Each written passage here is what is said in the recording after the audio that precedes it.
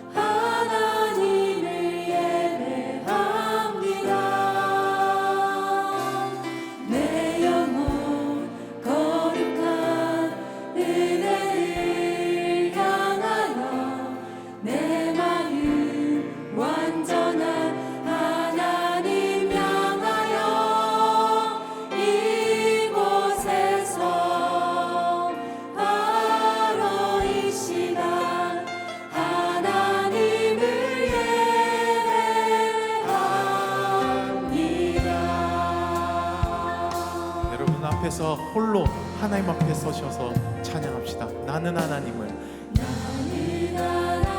이곳에 오직 주님과 나만 거하는 시간이라고 생각하시면서 주님 바라보시면서 찬양합시다.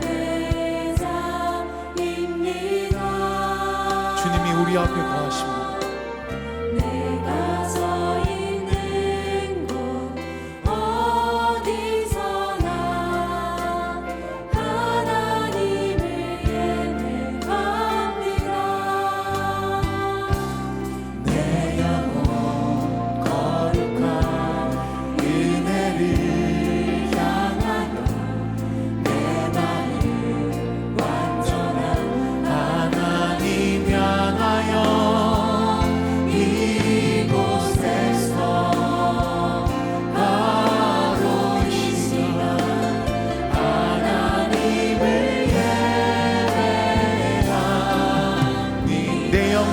거룩한 은혜를 향하여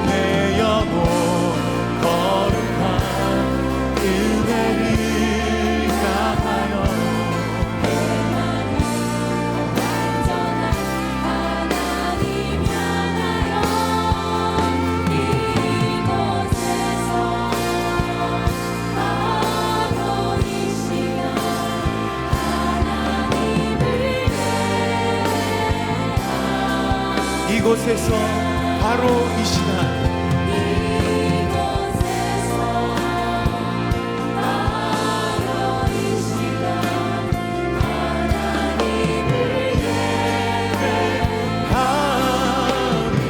이곳에서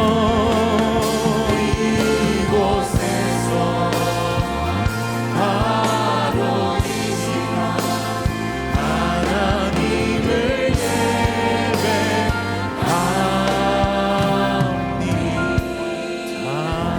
우리 주님께 영광의 박수 올려드립시다. 이 시간 주님을 예배합니다. 우리의 모든 것으로 예배합니다. 아멘.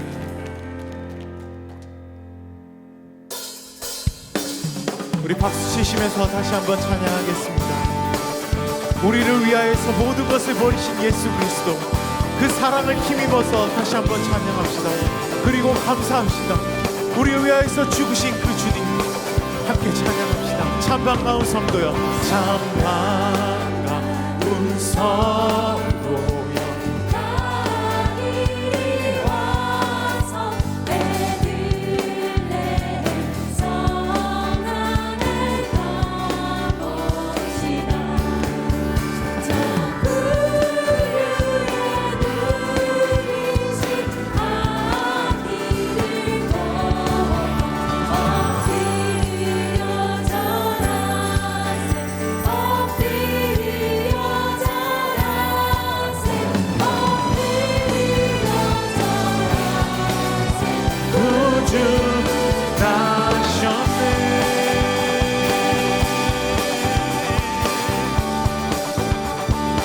저 천사여, 저 천사여 찬송 높이 불러서 이광하라 천지를 울리켜라. 주 하나님 앞에는 영광을 돌려 엎드려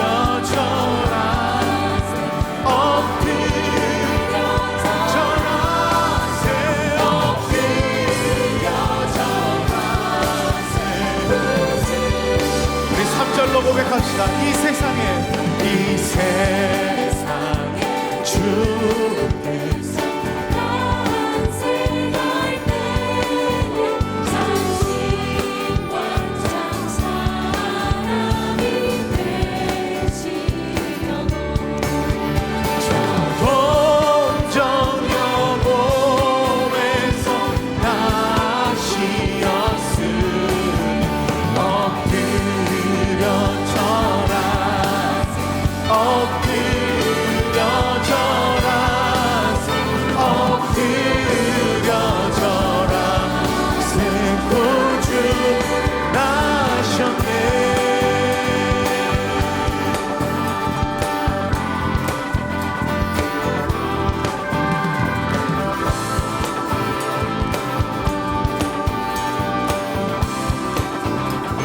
여호와의 말씀이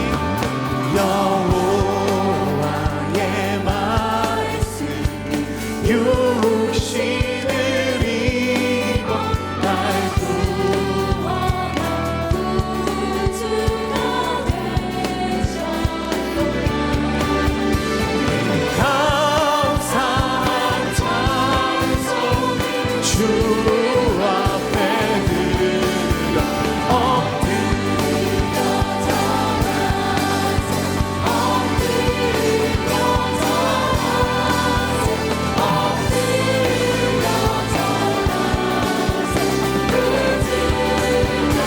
엎드려 절하세요. 엎드려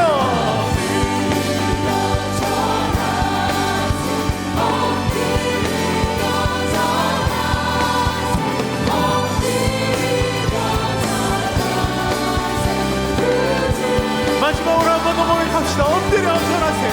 엎드려 절하세요. 엎드려 절하세요. 엎드려 절하세요. 구주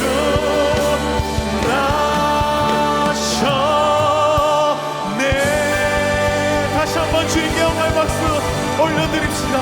우리를 위하여서 모든 것을 버리시고 사랑을 택하신 그 주님께 영광의 박수 올려드립시다. 힘차게 올려드립시다.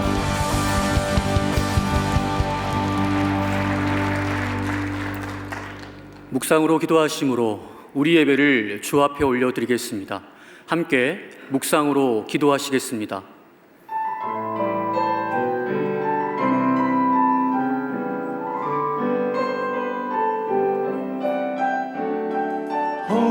믿는 모든 자들아 다 함께 노래하세. 그는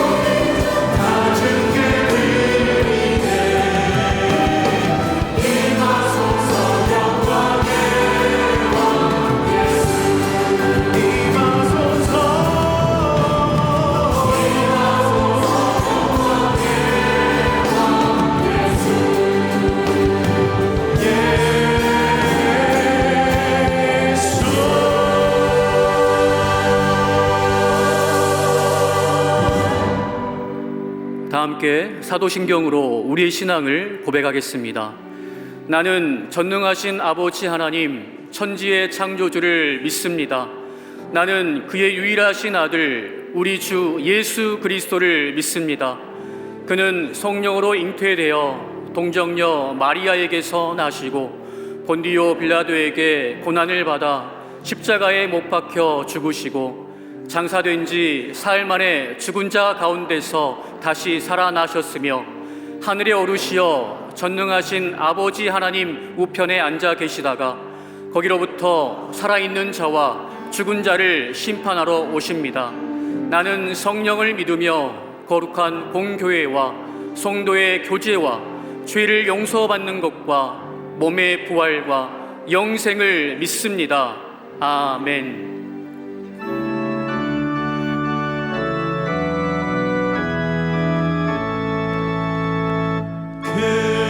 그녀와 오신 주 이곳에 오셔서 이 모인 자들로 주 백성 삼으사 그 중에 항상 계시고 그 중에 항상 계시고 그 영광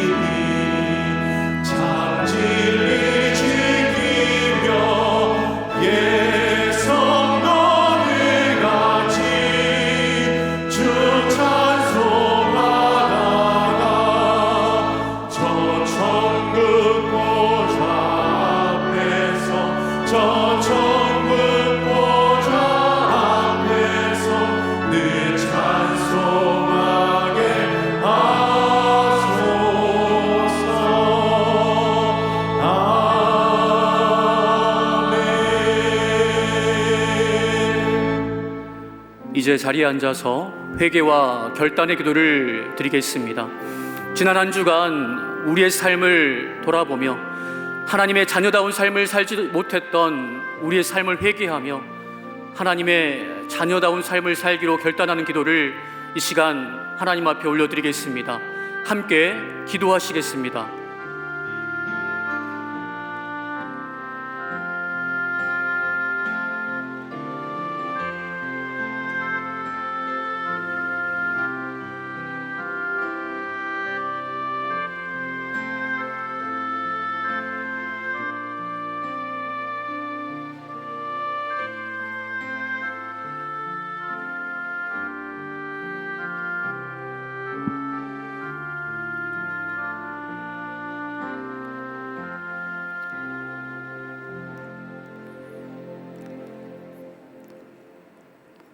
천지 만물을 말씀으로 창조하시고 주관하시며 회개하는 자들에게 은혜 베푸시기를 기뻐하시는 사랑의 하나님 아버지를 찬양하고 경배합니다.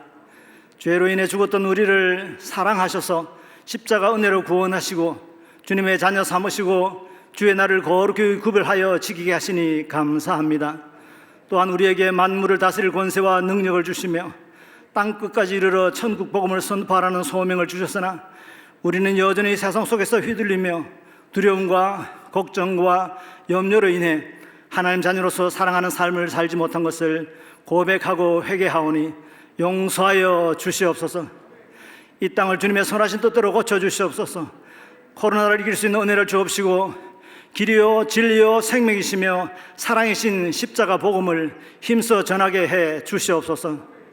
이 나라를 긍휼히 보시고 은혜를 베풀어 주셔서 이 민족의 지도자들을 권념하시사 서로를 인정하고 화합하는 가운데 백성들에 의한 백성들을 위한 행령을 펼칠 수 있게 하여 주옵시고 경제적 어려움과 코로나로 고통하는 백성들을 위로하게 하여 주옵소서. 키르기스스탄 KIUC 국제대학과 캄보디아 그리고 각 선교지에서 수고하시는 선교사들에게 맡겨버리는 길을 열어주셔서 복음을 잘 전할 수 있게 해 주옵시고 한국교회를 정금과 같이 새롭게 하시사 사랑을 실천하며 복음으로 중보하고 이 민족의 등불로 거듭나게 해 주시옵소서. 미꿈소 비전센터 건축할 시공사를 주님의 뜻대로 정하여 주셔서 감사합니다. 이 건축을 통하여 호산나 공동체가 사랑으로 하나 되고 다음 세대를 향하신 주님의 거룩하신 뜻을 이루게 하옵소서. 코로나와의 전쟁을 일선에서 수고하고 있는 대응위원회에게 지치지 않는 성령의 에너지를 공급하여 주옵소서. 수능을 마친 주의 자녀들과 직장이 없는 젊은이들이 기도하며 진로를 준비하고 있습니다. 이들에게 은혜와 믿음과 평강을 주시고 길을 열어 주시옵소서.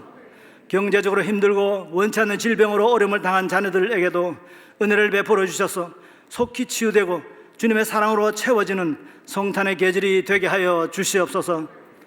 정민영 목사님을 통해 귀하신 말씀을 주시니 감사합니다. 젊은이 말씀 축제를 통하여 처음 사랑을 기억하고 회복하게 해 주셔서 감사합니다. 2020년 한 해 동안 사랑하지 못한 것을 회개하면서 2021년을 바라봅니다. 21년에는 주의 백성들이 신실하신 주님의 사랑의 능력으로 코로나를 극복하고 주의 복음을 땅끝까지 전하게 하옵시고 호산나 공동체의 주 성령을 충만하게 하셔서 주의 자녀들이 장래일을 말하고 젊은이들이 이상을 보게 하시고 늙은이들이 꿈을 꾸게 해 주시옵소서. 유진소 목사님을 영육간에 강건하게 해주시고 가정과 자녀들에게도 주 성령께서 범사의 은혜를 주시옵소서.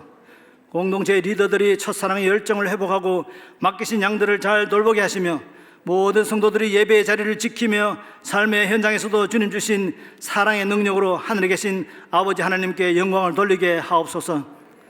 찬양을 드립니다.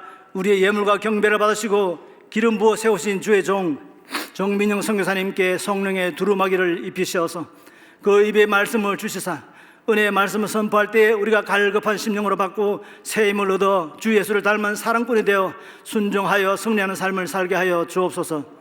감사를 드렸고 언제나 우리의 기도를 들어주시며 기억하시고 돌봐주시는 사랑의 아버지 하나님께 우리 주 예수 그리스도 이름으로 기도 올리옵나이다. 아멘.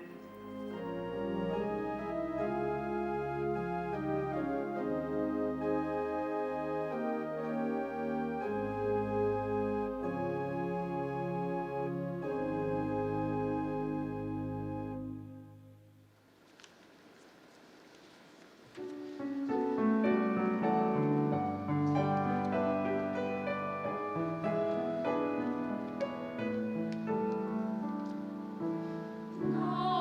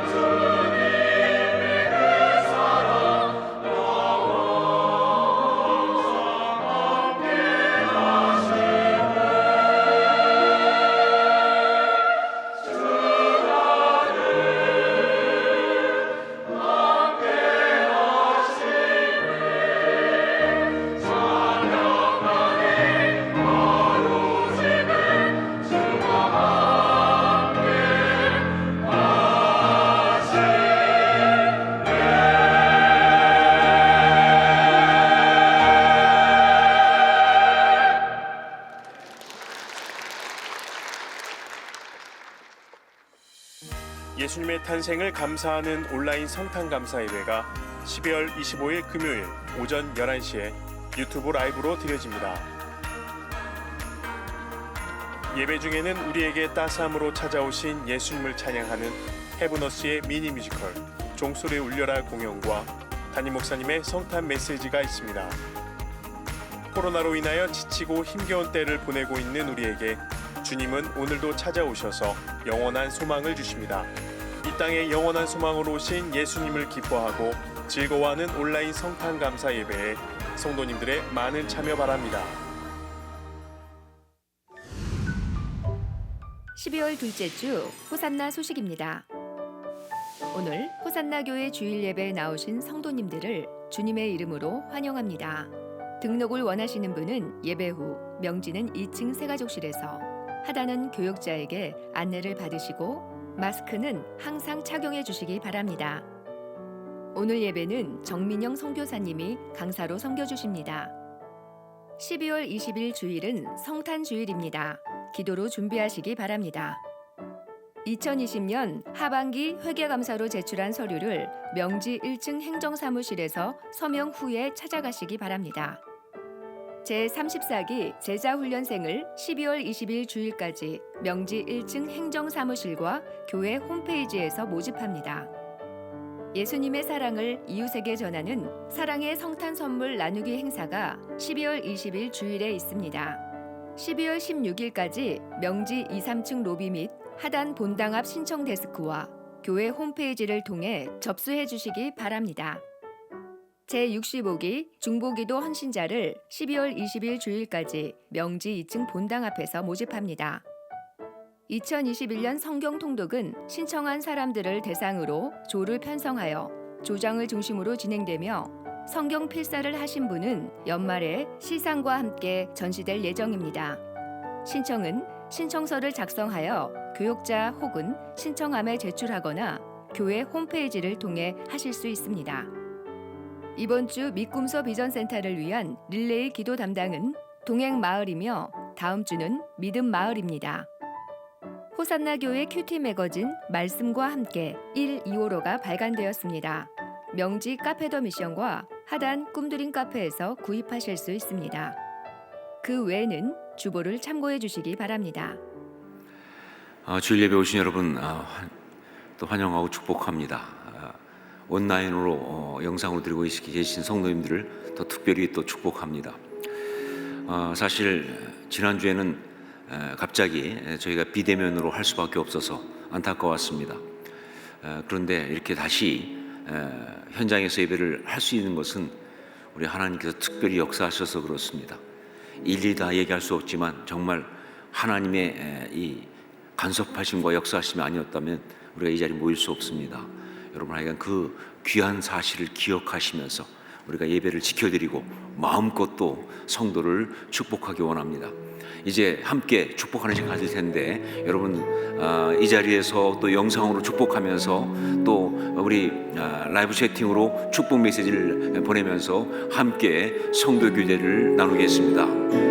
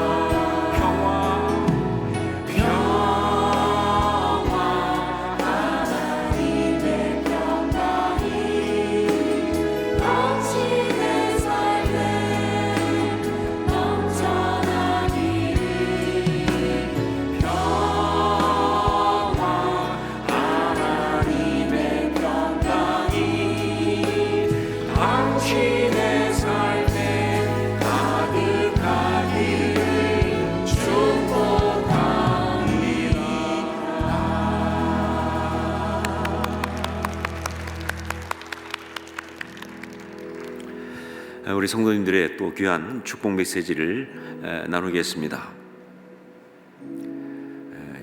김수연 성도님, 주님 오늘도 예배 드릴 수 있음에 감사드립니다. 긍휼과 사랑으로 승리하길, 특별히 코로나로 아픈 힘신들을 위해 기도드립니다. 아멘. 이호순 성도님, 오늘 예배를 받으시기를 원합니다. 주님께 드리는 시간 되기를 원합니다. 최창활 성도님, 비대면 예배를 드리고 있습니다. 동일한 은혜를 베풀어 주소서. 허선나 교회 모든 섬기는 분들께 하나님의 은혜가 넘치는 주일 되게 하소서. 서강숙 성도님, 주님 은혜 받는 예배 되게 하시고 성령 넘치는 말씀 되게 하시옵소서. 윤혜성 성도님, 힘든 상황 가운데서도 예배의 자리를 지키는 여러분을 축복합니다. 안은영 성도님, 함께 예배 드릴 수 있음에 감사합니다. 이렇게 메시지를 주셨습니다. 여러분, 하여간 더욱더 예배를 지켜드려야 하겠습니다. 정말 상황이 만만치 않습니다. 아마 또 좀 더 방역이 강화되면 저희가 이렇게 제한적으로 모이는 것도 모이지 못하고 전격적으로 비대면을 할지도 모르겠습니다. 어떻게 되었든 우리가 허락한 한도 내에서 우리는 최선을 다해 예배드리겠다. 이것이 저희의 결단이고 마음입니다. 그렇게 예배를 함께 하시기를 부탁드리고 또 그렇게 승리하시기를 또 여러분에게 부탁드립니다. 이제 교회 광고를 몇 가지 드리도록 하겠습니다. 온라인 사역 박람회, 지난주에 간지가 들어갔어야 되는데 모일 수가 없어서 이번 주에 간지가 들어갔습니다. 여러분, 하여간 12월 20일까지 우리 교회 홈페이지에 들어가셔서 온라인 사역 박람회 꼭 참석해 주시길 부탁드립니다. 그래서 박람회 들어가 보시고 각 부서별로 어떻게 사역을 소개하고 있는지 보시고, 그리고 거기에 감동이 오시면 사역에 여러분이 한 가지라도 이렇게 또 지원하시면 되겠습니다. 어떤 분들은 또 괜히 잘못 들어갔다가 감동받아서 사역할까봐 아예 안 들어가는 분이 있는데 절대 그러시면 안 됩니다. 일단 들어가셔야 합니다. 그리고 사역에 지원하셔야 합니다. 이게 저희의 정책이니까 반드시 그렇게 하셔야 합니다. 여러분, 정말 하나님께서 주신 기회라고 생각하시고 함께해 주십시오. 그리고 2021년 호산나 성경 통독, 성경 필사 여러분께 안내 드립니다. 성경 통독, 정말 저희가 이 어려운 시대에 가장 무엇보다 열심히 할 수 있는, 코로나 시대에 우리가 할 수 있는 가장 중요한 것 아니겠습니까? 그런데 내년도부터 성경 통독을 조금 바꿨습니다. 그래서 일단 통독하는 그 순서를 이제 내년부터는 그러니까 연대기별로, 그동안은 그냥 창세기부터 쭉 나갔는데 그러지 않고 연대기별로 해서 여러분이 읽으시면서 흐름을 따라 읽을 수 있도록 조금 더 이렇게 조정을 했습니다. 여러분, 정말 더 재미있게 읽을 수 있고요. 그런데 또 한 가지 중요한 건 이제 내년도에 통독을 하려면 일단 신청하셔야 합니다. 예년에는 그냥 본인이 이제 통독하겠다고 하면 읽으시고 그리고 통독한다고 얘기하고 그다음에 연말에 이제 그 통독 다 하셨으면 또 우리가 함께 시상도 하고 했는데 이제는 그렇게 할 수가 없습니다. 하지 않고 여러분들 하여간 신청을 하셔야 돼요. 내가 통독을 하겠습니다라고 연초에 이제 12월 20일까지 신청하셔야 돼요. 그래서 통독하겠습니다 신청하면 여러분들의 그 신청을 받아가지고 조를 짤 겁니다. 조를 편성해서 그 조에 조장을 세우고 그 조원들이 해서 이제 시작하면 매일 카톡으로 자기가 그날 읽었음을 이렇게 서로 나누는, 보고하는.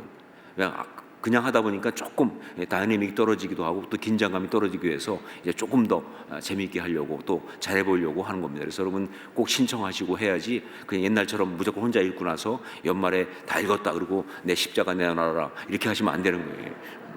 그러면 이제 안 되고 꼭 신청하셔야 한다는 거예요. 그래서 조별로 하니까 여러분 내가 결단하시고 2021년 성경 통독하겠습니다 신청하시면 조를 편성할 수 있어요. 그거 꼭 여러분 잊지 않고 해주시기 부탁드립니다.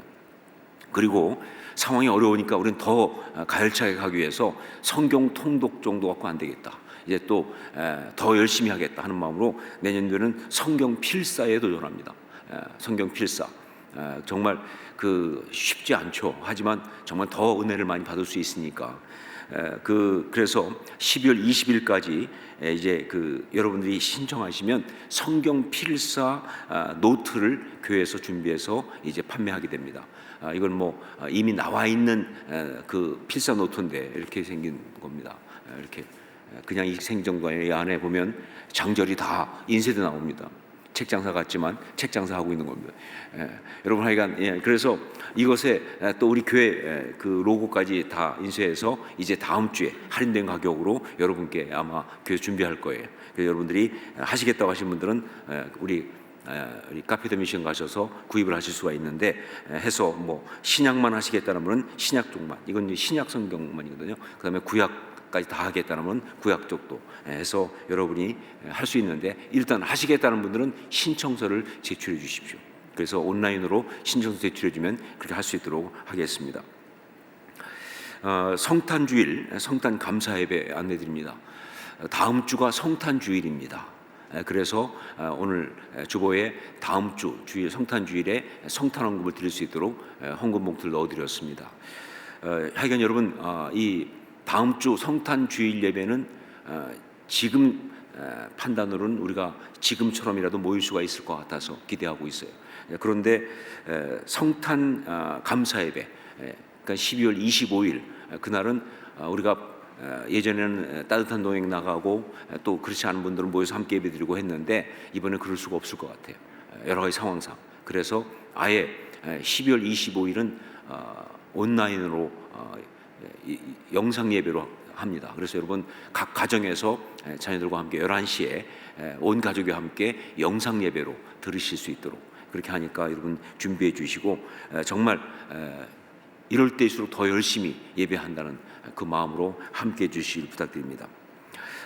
믿음의 비전센터를 위한 릴레이 기도, 이번 주는 동행마을이고요, 다음 주는 믿음마을입니다. 계속 열심히 기도해 주시길 부탁드립니다.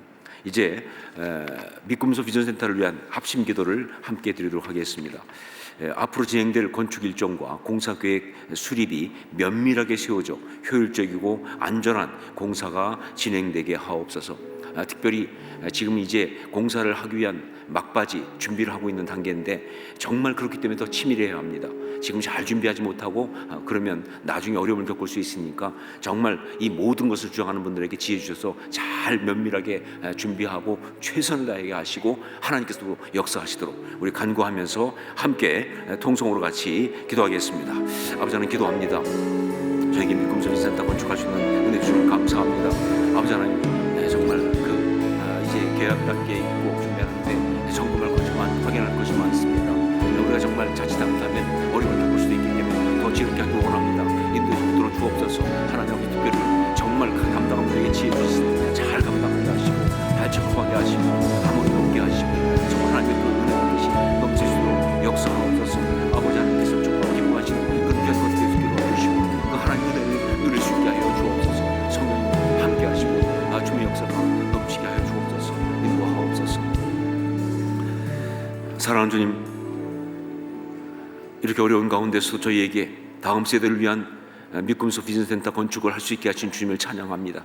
아버지 하나님, 정말 잘 감당하기 원하오니 우리가 지금 잘 준비하게 도와주시고 모든 과정 면밀하게 살피고 최선을 다해 준비할 수 있도록 역사하여 주시옵소서. 정말 주님, 이런 귀한 비전센터를 건축하는 일이 영적 전쟁인 것을 다시 한번 고백합니다.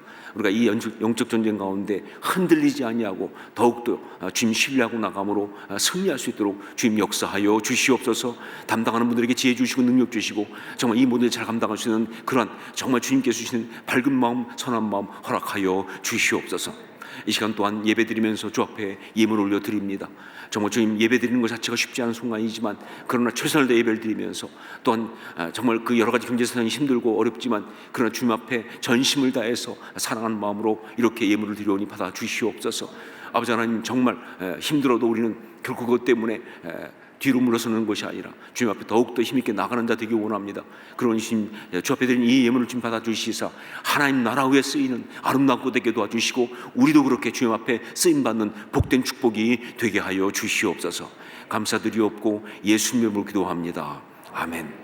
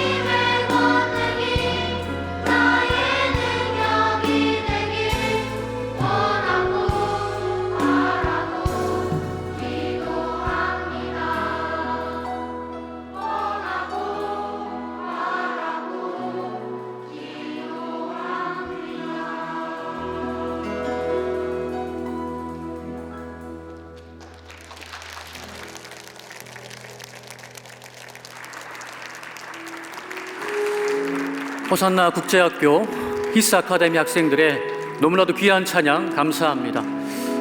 우리 찬양의 가사처럼 하나님의 꿈이 우리 다음 세대 학생들의 비전이 될 수 있기를 축복하는 마음으로 우리 부모 세대가 우리 다음 세대를 박수로 축복하며 격려하며 주겠습니다.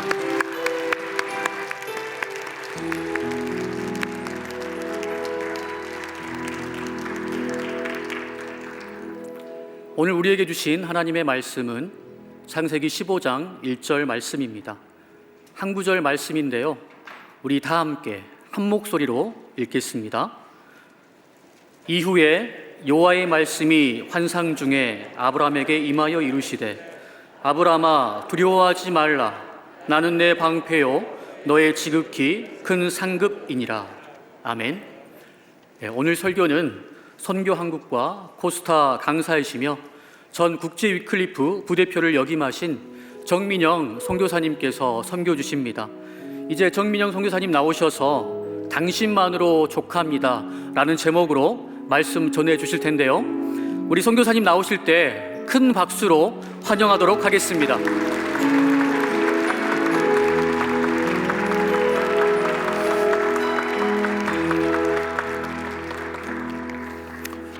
예, 반갑습니다. 지난 주말 우리 젊은이들하고 함께 복음의 본질이 우리에게 종교의 무거운 멍에를 짊어지게 하는 그런 의도가 아니고 사랑의 초청이고,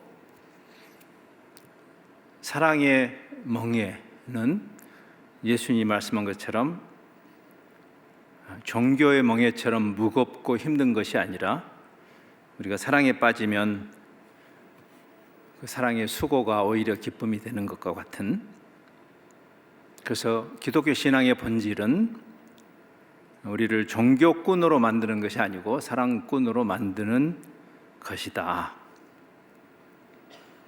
특별히 이제 성탄의 계절에 이 의미를 좀 더 깊이 곱씹어 봐야 하는 때라고 생각합니다. 믿지 않는 사람들도 다 암송하는 구절이 하나 있죠. 요한복음 3장 16절입니다. 하나님이 세상을 사랑해서 그리스도를 보내신 것이죠. 수많은 종교들이 있는데 또 하나의 종교를 만들기 위해서 주님을 보내신 것이 아니라 하나님이 그리스도를 보내시는 그 동인이 하나님 자신이 사랑이기 때문에, 요한일서에서 요한은 굉장히 놀라운 선언을 하죠. 하나님을 정의할 때 하나님은 사랑이시다. 그 하나님이 그리스도를 보내시는 동인도 세상을 사랑해서 보내신 것이다. 우리가 그분을 믿는다는 것은 그 사랑에 대한 반응인 것이죠. 우리 믿음이 종교인이 되게 하는 것이 아니고 사랑의 교감에 관한 것이다. 그래서 필연적으로 이 하나님의 이 방대한 하나님의 속내를 계시하신 성경은 사랑의 책이죠. 종교의 책이 아니라. 마태복음 22장에 예수님이 한 율법사하고 논쟁을 하시는, 대화를 하시는 장면이 나오죠. 율법의 전문가가 예수님의 소문이 많이 퍼지니까 약간 시샘이 들었는지 잘 모르겠지만 도대체 당신이 율법을 어느 정도 아는지 한번 보자. 그래서 그 율법의 핵심이 뭐냐라고 질문을 했을 때 우리에게 대계명으로 알려져 있는 성경 전체는 하나님을 사랑하고 이웃을 사랑하는 것이다 라고 주님이 권위 있게 요약하셨습니다. 그러니까 기독교는 종교에 관한 것이 아니고 사랑이라고 하는 그 선언은 제 개인적인 선언이 아니고 예수님의 해석에 근거합니다. 스콧 맥나잇이라는 신약 신학자는 이 대계명에 근거해서 예수신경이라는 책을 씁니다. 여러분이 꼭 읽어보시면 좋겠어요. 예수신경. 아까 우리 신앙을 잘 요약한 사도신경을 고백했는데, 지난 2000년 동안 우리 역사적 교회가 우리의 신앙의 고백을 잘 요약한 것으로 사도신경을 이렇게 암송하고 고백하는 것이 우리의 전통입니다. 좋은 고백이에요. 그러나 스콧 맥나잇은 사실 사도신경보다 더 권위 있고 원천적인 우리의 신앙 고백은 예수신경이다. 하나님을 사랑하고 이웃을 사랑하는. 1600년 전에 우리의 믿음의 선배 중에 성 어거스틴도 똑같은 이야기를 했습니다. 성경에 대한 깊은 묵상을 했던 그가 그 전에 기독교를 종교인 줄 알고 마니교라는 요즘으로 치면 신천지 같은 데 빠져 있던 그가 그 사슬에서 벗어나서 사랑의 종교로 회귀하게 되죠. 그의 고백록 같은 것은 우리가 반드시 읽어야 할 고전이죠. 그는 이런 이야기를 하죠. 성경 전체의 완성과 목적은 사랑이다 그랬어요. 하나님이 사랑이시고 사랑이신 하나님이 사랑의 복음을 우리에게 주셨고, 이제 이 성탄절 그리스도가 오신 것은 하나님 사랑의 클라이맥스죠. 절정이죠. 그래서 그 정리를 먼저 하면서 말씀 속으로 들어가야 할 필요가 있죠. 사랑에 관한 것이다 라는 그 대명제로 가는 것이 중요하지만 거기서 끝나면 안 됩니다. 왜냐하면 그러면 성경은 사랑을 어떻게 정의하는가?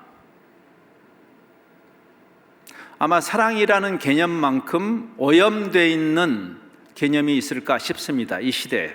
그렇죠? 굉장히 고귀한 단어이고 개념인데 많이 오염되어 있죠. 세상에서뿐 아니라 우리의 일상에서도 I love you 하는 그 사랑이 제대로 정의되지 않은 사랑.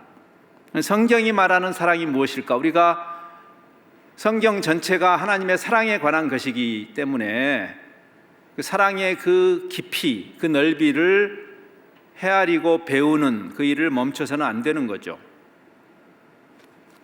성경이 두꺼운 이유입니다. 내년에 성경을 한번 통독하겠다, 필사하겠다 하는 입장에서 좀 짜증 나십니까? 하나님 왜 이렇게 두꺼운 책을 주셨어요? 용건만 간단히 말씀하시지. 두꺼운 하나님의 사랑의 심오한 가르침입니다. 성경의 그 사랑에 대한 가르침은 무궁무진하고 우리가 흔히 사랑장이라고 알려져 있는 고린도전서 13장만 가지고도 1년 내내 묵상할 만한 내용이 있습니다. 오늘 특별히 성탄절과 연관해서 성경이 말하는 사랑의 빼어난 두 가지 속성, 두 가지 정의를 생각해 봅니다. 첫 번째 정의는 이것입니다. 예수님이 오심을 생각할 때 사랑은 조건이나 대가를 기대하지 않는, 무조건적으로 이타적으로 올인하는 것이다. 조금 길죠? 대가를 기대하지 않고 조건을 내걸지 않는, 흔히 아가페의 사랑이란 말을 쓰죠. 예. 우리가 죄인 되었을 때 그리스도를 보내셨다고 성경은 말하고, 하나님과 우리가 아직 원수인데 그리스도를 주신 그 사실을 통해서 로마서는 우리를 향한 하나님의 사랑을 증명했다. 하나님의 사랑은 세상의 사랑과 많이 다르죠. 무조건적으로 주시는, 그래서 은혜인 것입니다. 사랑은 필연적으로 은혜입니다. 원래 구약 성경에서 사랑과 은혜는 한 단어입니다. 두 개의 개념이 아니고 헤세드라는 이 단어는 사랑이라고 번역해도 되고 은혜라고 번역해도 돼요. 원래 은혜는 공짜로 주는 거 아닙니까? 조건 없이. 진짜 사랑은 그런 것이죠. 잠시 생각해 봐야 됩니다. 우리의 사랑은 어떤가? 가장 가까워야 할 부부의 사랑도 오염되는 순간이죠. 이타적이지 않은 자기중심적 병적인 사랑, 그건 사실 사랑이 아니죠.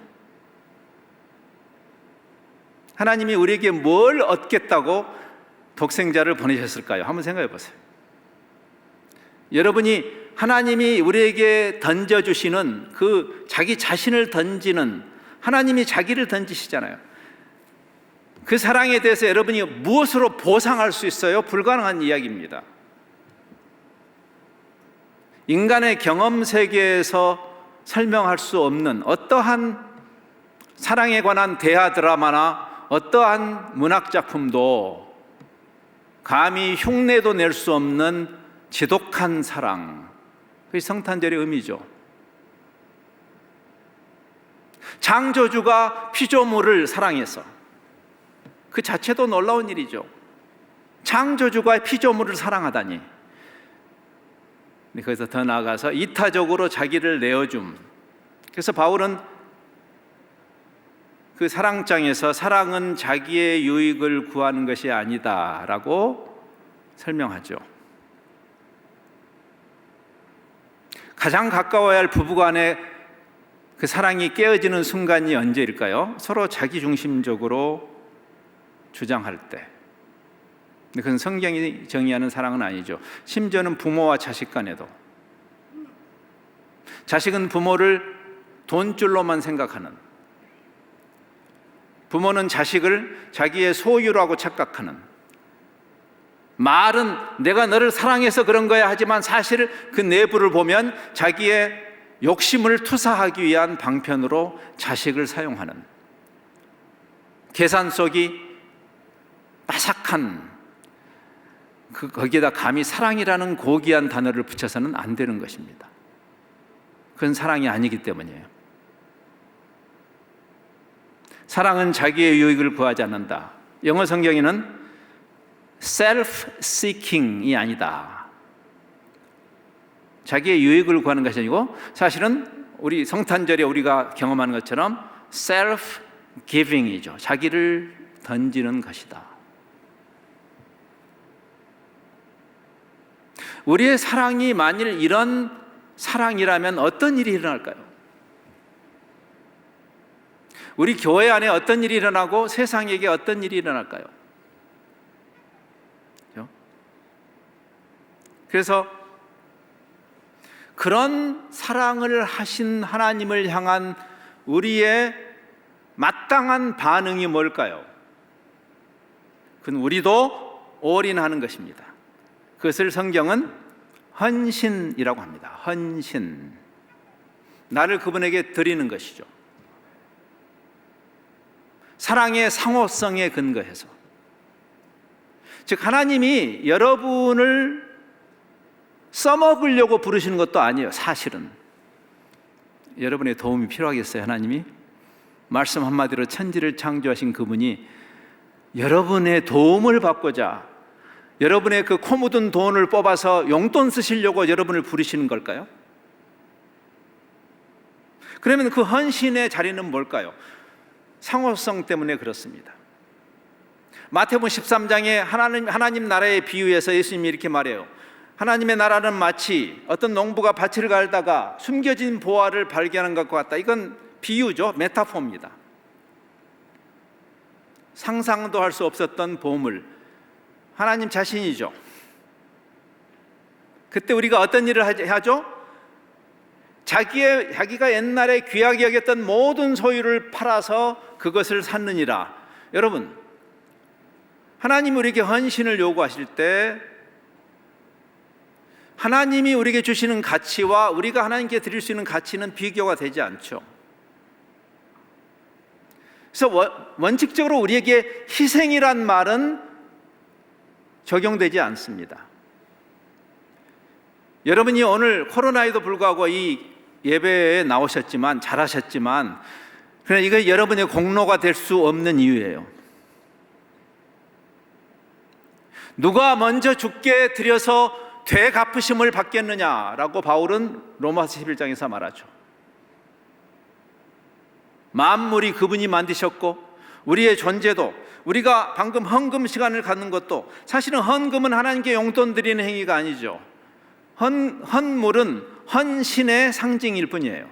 사실 우리를 드리는 거죠. 그게 사랑의 상호성입니다. 그분도 자신을 던지셨고 우리도 그분에게 나를 드리는 것이죠. 그리스도의 사랑의 질이 여기까지 가야 되는 것이죠. 세상 속에서도 마찬가지죠. 계산하지 않는 사랑.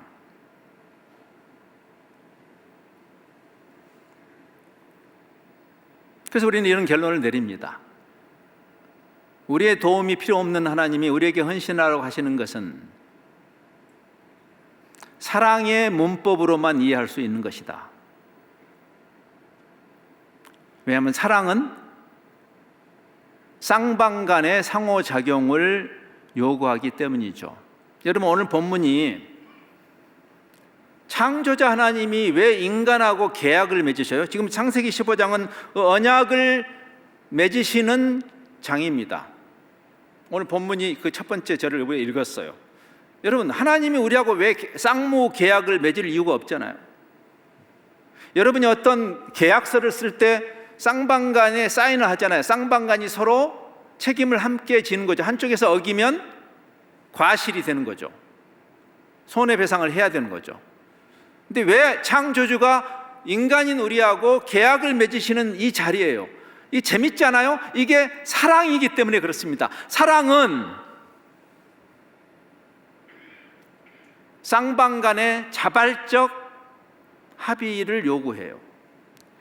그래서 자발적 합의가 없는 어떠한 강제성을 가진 행위는 추행이 되는 것이에요. 그래서 하나님이라도, 심지어는 하나님이라도 사랑을 강요하실 수 없는 것입니다. 물리적인 법칙은 우리가 이것을 따를 것이냐 말 것이냐의 선택권이 없어요. 그렇죠?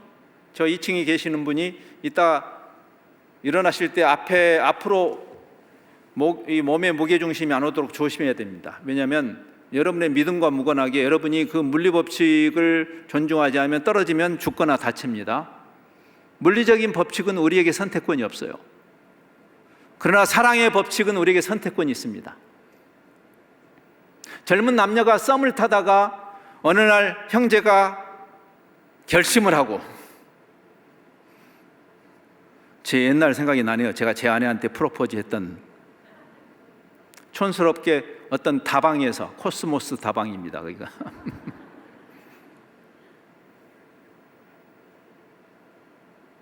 그래서 사랑을 고백하는 것은 우리 자유지만 그 상대방이 예스 해야 성립되는 거죠. 그렇죠? 여러분 다 첫사랑에 한 번쯤 다 실패해 보셨잖아요. 그렇죠? 가슴이 메어지죠. 그 자매가 죄송한데 아닙니다. 제 타입이 아니네요. 하늘이 무너지죠. 그렇지만 어떻게 할 수가 없어요. 하나님도 우리에게 헌신하셨지만 그리스도를 보내심으로 우리에게 yes, no를 할 수 있는 권한을 주신 것입니다. 우리가 전도와 선교의 이름으로조차 강제하면 안 되는 이유예요. 잘못하고 있어요, 현대교회가. 사랑은 무례히 행치 않습니다. 아셨어요? 그래서 오래 참는 것입니다. 사랑의 첫 번째 속성, 사랑은 오래 참고 존중하기 때문에 그렇습니다. 강제하는 순간 사랑이 아니니까 부모라도 윽박질러서는 안 되는 것이에요. 탕자, 내 이놈 자식 쫓아가서 발목덩이를 분질러서 데려와야 되는 거 아닙니다. 그렇게 안 하잖아요. 속이 새까맣게 타면서. 여러분 그런 경험하셨죠? 본인이 탕자의 역할을 했던 분도 계실 거고, 이제 다시 부모가 되어서 방황하는 자식을 볼 때 속이 새까맣게 타는 거죠. 사랑과 신뢰를 포기하지 않으면서 기다리는 수밖에 없어요. 어렸을 때는 훈육을 하지만 그게 하나님이죠.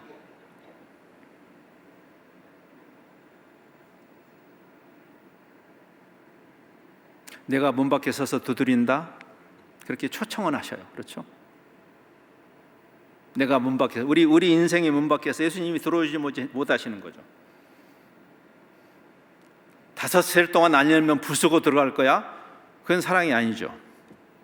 프로포즈를 했는데 그 자매가 노 하면 가슴이 무너지지만 끝이에요. 근데 그 형제가 나는 거절을 대답으로 받을 수 없습니다 이러면서 그때부터 막 들이대면 이미 그건 사랑이 아니죠. 그걸 스토킹이라고 하죠, 전문 용어로.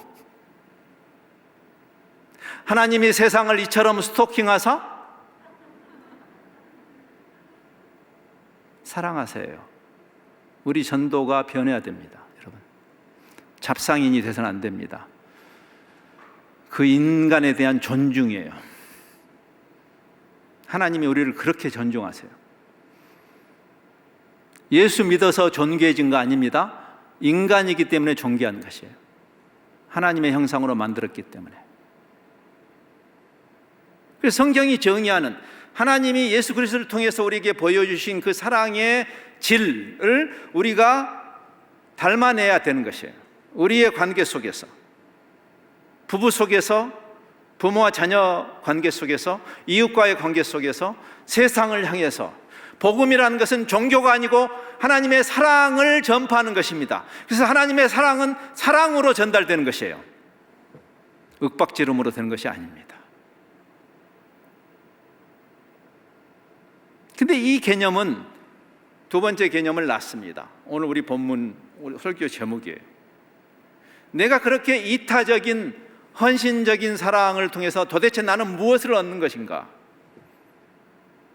도대체 하나님은 창조자신데 뭐가 부족해서 우리를 향해서 그런 지독한 사랑을 하시고 독생자를 보내서 십자가에 죽게까지 하시는 그 하나님의 지독한 사랑의 결과 하나님은 뭘 얻는데요?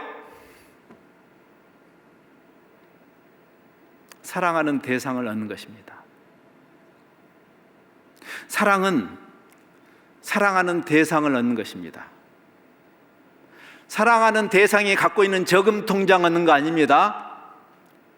그 사랑하는 대상이 갖고 있는 권력을 보고 접근하는 것은 사랑이 아닙니다. 우리 부모님들에게 제가 호소합니다. 성경이 정의하는 사랑의 근거에서 여러분의 자녀들이 정략 결혼하도록 하시면 안 됩니다. 그것은 사랑에 대한 모독이고 사랑하는 사람에 대한 모독입니다. 사랑이 아닌 어떤 일로도 결혼해서는 안 된다고 저는 믿습니다. 천박한 시대에 우리 살고 있어요. 천민자본주의에 빠져가지고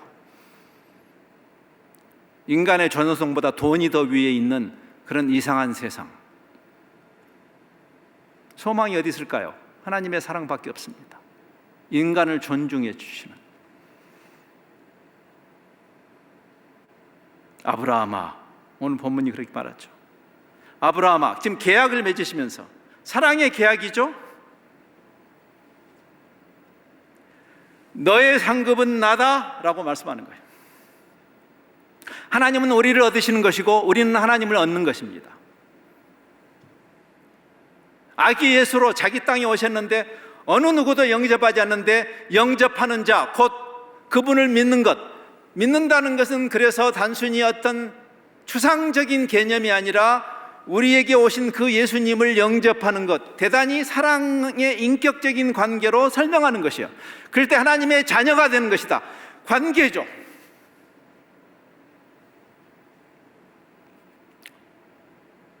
(600년) 전에 우리에게 이 개념을 깊이 있게 설명해 주신 분이 한 분 있어요.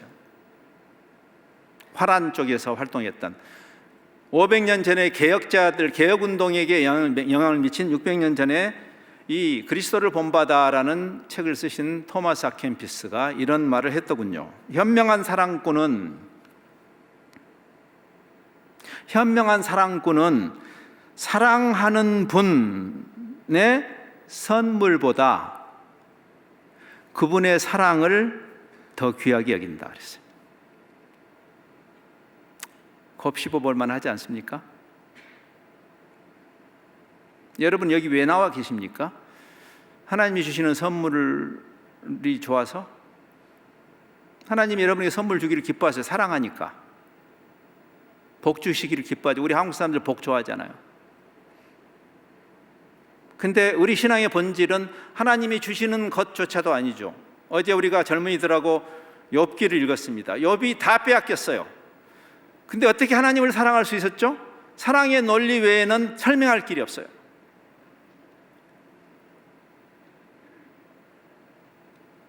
삼 년 전에 제가 우리 막내딸을 시집을 보내는데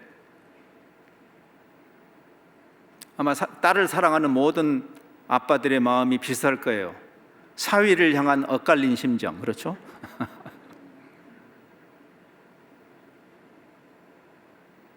둘이 와가지고 결혼하겠다고.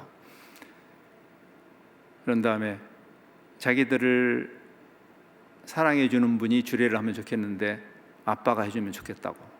제가 주례를 했어요. 그러면서 많은 상념이 오갔습니다. 저희가 선교지에 갈 때 우리 막내가 막 태어났었거든요. 4개월 때 갔습니다. 그러니까 이렇게 커가지고 사랑에 빠져서 결혼하겠다고. 근데 옛날 생각이 났어요.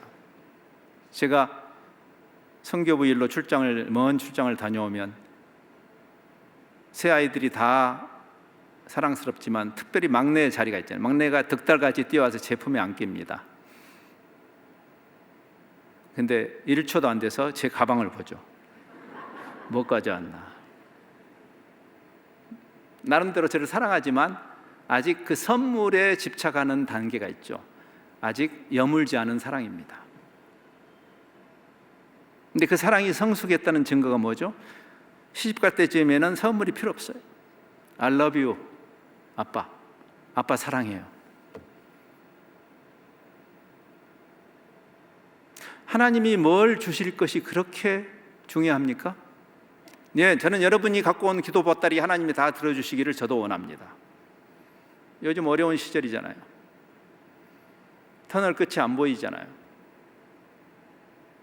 그래서 여러분이 구하는 모든 것 하나님이 다 들어주시기를 저도 원합니다. 진심으로. 근데 아세요? 하나도 안 들어주셔도 상관없어요. 미안합니다. 하나도 안 들어주셔도 그게 욥이 우리에게 보여준 신앙의 본질이에요. 그분을 가졌으니까 지금 아브라함에게 말하는 거예요. 이 언약은 우리 복음의 원형입니다. 여러분이 갈라디아서를 읽어보면 갈라디아 교인들에게 바울이 언약을 끌어다가 복음을 설명해요. 근데 그 복음의 밑바닥에는 종교가 있는 것이 아니고 사랑하는 하나님과 우리와의 사랑의 관계가 있는 것이에요. 너는 나를 가졌지? 됐어. 나는 너를 갖는다. 그래서 헌신이라고 제가 말씀드렸습니다. 초대교회를 생각해 보십시오. 아니, 신약 성경에 나오는 신약교회를 생각해 보세요. 그 사람들이 만일 조건부였다면 하나님을 사랑하고 예배할 이유가 하나도 없는 사람들이었던 거 아시죠? 지금 우리가 경험하는 것도 물론 쉽지 않지만 이것은 사실 솔직히 말하면 2000년 교회 역사를 놓고 보면 명함을 내밀기 힘든 어려움입니다. 지금 우리가 당하는 어려움은. 미안합니다. 근데 그건 사실이에요. 예수 믿는 것 때문에 죽습니까? 이 시대에? 죽는 것도 있어요. 그 당시에 그 환난과 핍박과 역경 속에서 사랑이 무조건적이라고 그랬죠. 그 조건과 무관하게 그들이 어떻게 기뻐하고 평안할 수 있었을까요? 바울은 고린도후서에서 이렇게 말합니다. 우리 같은 질그릇에 그리스도라는 보화가 담겨져 있기 때문이다. 우리가 질그릇인데 이것도 비유죠. 그리스도라는 보화가 담겼다. 상황 끝. 뭘 더 바라십니까? 그리스도를 가지면 다 가진 겁니다. 그게 바로 탕자의 비유에 나오는 탕자의 형의 문제 아닙니까? 우리의 종교의 기준으로 보면 가장 효자가 형이에요. 말썽 피운 적도 없고, 그날도 탕자가 돌아온 그날도 형은 아버지의 논밭에서 땀을 흘리면서 열심히 효도했어요. 코로나에도 불구하고 예배에 나오신 여러분처럼 범생이죠. 예, 잘 나오셨어요. 근데 무엇이 여러분을 동기유발을 합니까? 무엇 때문에 나오셨습니까, 여기에? 어떤 힘에 의해서, 어떤 기대감을 가지고 나오신 거예요? 아버지가 주는 것? 그게 그 형의 문제예요. 아버지가 상급이에요. 아버지가 가진 게 상급이 아니고. 근데 그 주는 것을 본 것이죠. 탕자의 형은. 그렇죠? 야, 이 철다성이 없는 놈아. 아버지가 그러죠. 너는 나와 함께 있지 않느냐? 너는 나를 가졌지 않느냐?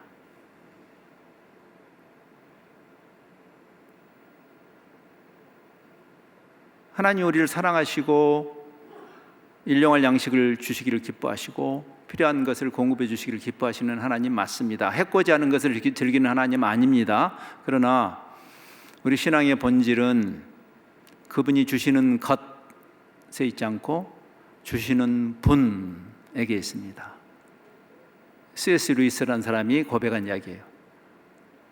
The giver, 기프트가 아니라 주시는 분.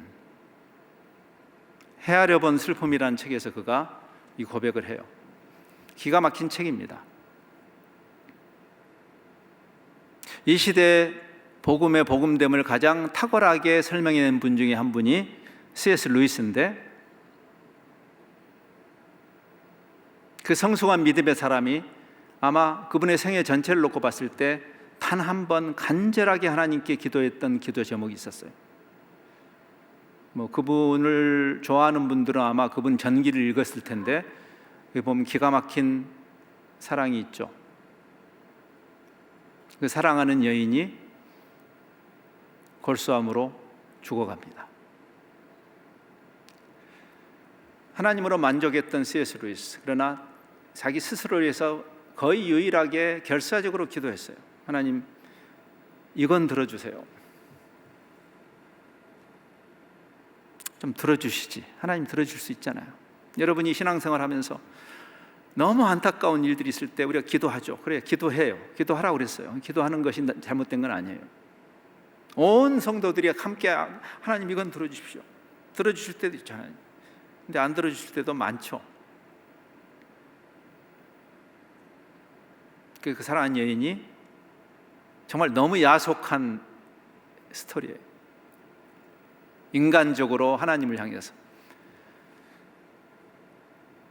그 사랑하는 여인을 장례를 치르면서 C.S. 루이스가 한 말입니다. 그녀도 나도 아무것도 잃은 것은 없다. 나 같은 질그릇에 그리스도가 있으니까. 주시는 분을 가졌으니까. 주시는 것이 아니라 그것이 사랑의 논리인 것입니다. 거기까지 가셔야 되는 것이에요. 지금 그 초청을 하기 위해서 오시는 거예요. 주님이. 우리 사랑하자고.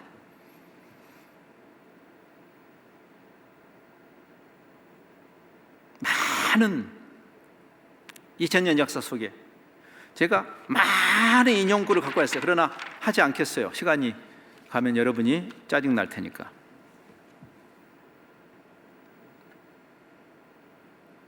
성경이 정의하는 사랑, 성탄절을 맞아서 하나님께서 우리에게 가르치시고 보여주신 사랑,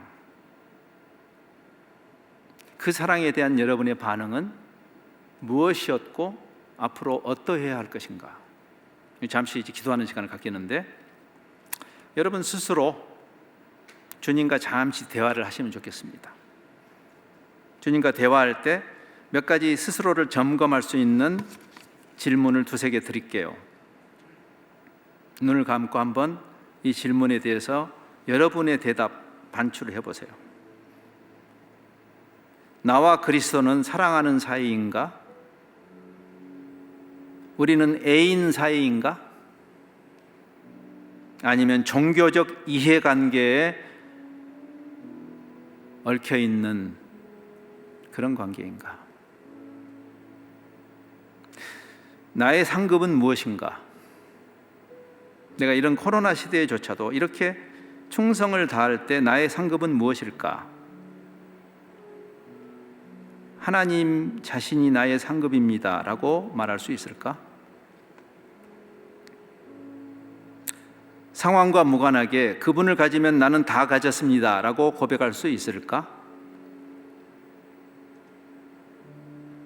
나의 존재와 나의 삶은 하나님과 사랑에 빠진 사람의 모습을 드러내는가? 나는 종교인인가 사랑꾼인가? 내 주변의 사람들이 나를 볼 때 종교꾼을 보는가? 아니면 주님과 사랑에 빠진 사람을 보는가?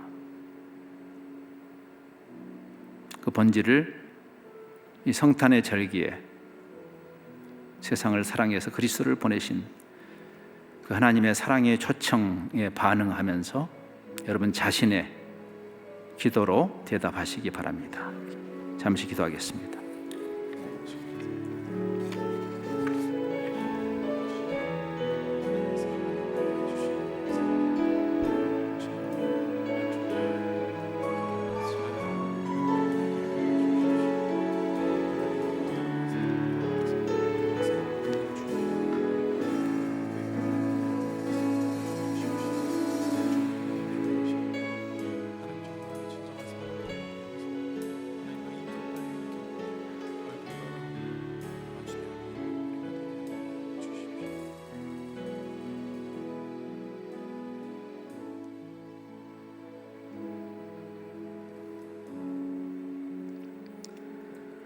참 사랑이신 하나님 아버지, 우리가 아직 죄인 되었을 때에 여전히 그럼에도 불구하고 우리를 사랑하사 우리의 구원을 위해 독생자 예수 그리스도를 십자가에 내어주신 그 놀라운 사랑을 감사드립니다. 이 시간 하나님께서 우리를 사랑하신 것처럼 우리도 그렇게 주님을 사랑할 수 있기를 간절히 원합니다. 사망의 음침한 골짜기를 다닐지라도 하나님 안에서 만족하고 하나님으로부터 이길 수 있는 힘을 얻고 겸손하게 주님과 동행하는 주의 백성들이 다 되게 하여 주시옵소서. 감사를 드리오며 예수님의 이름으로 기도드리옵나이다. 이제 모두 자리에 일어나서 함께 찬양하며 나아가겠습니다. 하나님의 사랑을 사모하는 자, 하나님의 평안을 바라보는 자, 너의 모든 것 창조하신 우리 주님이 너를 얼마나 사랑하시는지. 하나님께 찬양과 경배하는 자, 하나님의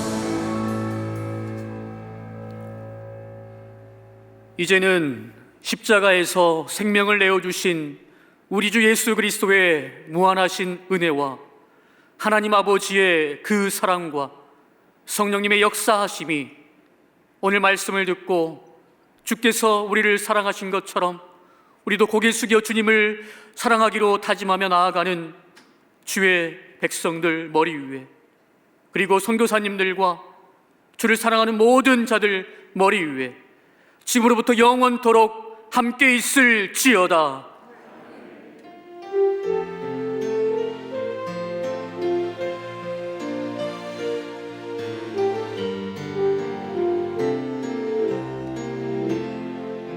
우리 예배를 받으신 하나님께 영광의 박수 올려드리겠습니다. 할렐루야.